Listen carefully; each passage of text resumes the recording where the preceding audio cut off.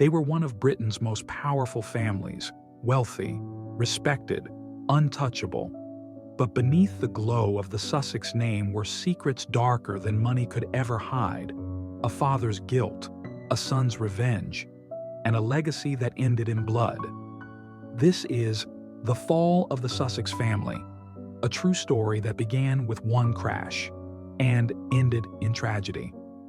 April 5, 2001, Stanley Sussex, a businessman from Richmond, London, was speeding down the M25 motorway, racing at 120 kilometers per hour.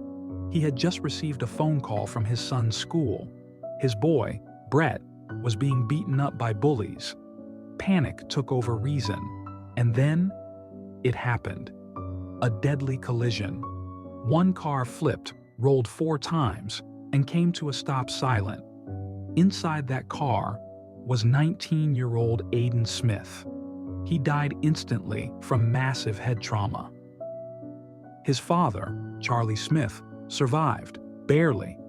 Stanley Sussex showed no remorse. Instead, he reached for his briefcase. Inside, £1 million in cash, a bribe.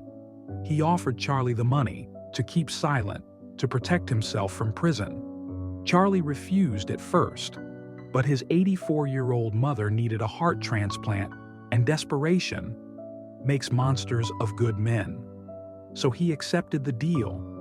But justice delayed is justice that haunts. 3 years later, the Sussex children, Isabella and Brett, were growing up in wealth but not peace. Brett was bullied relentlessly at Kensington Park Secondary School.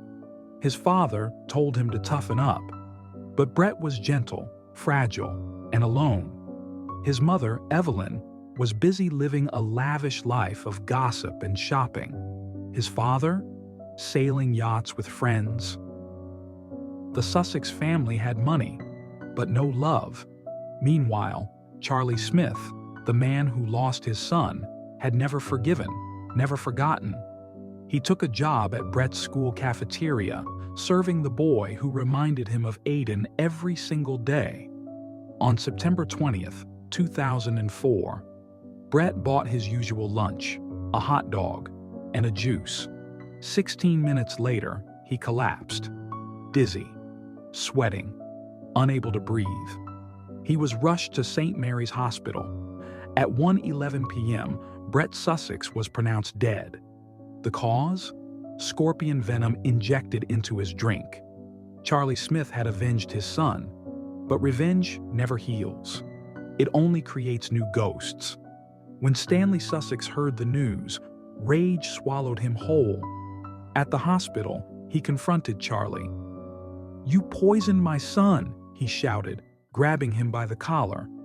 Charlie whispered back, "You killed mine."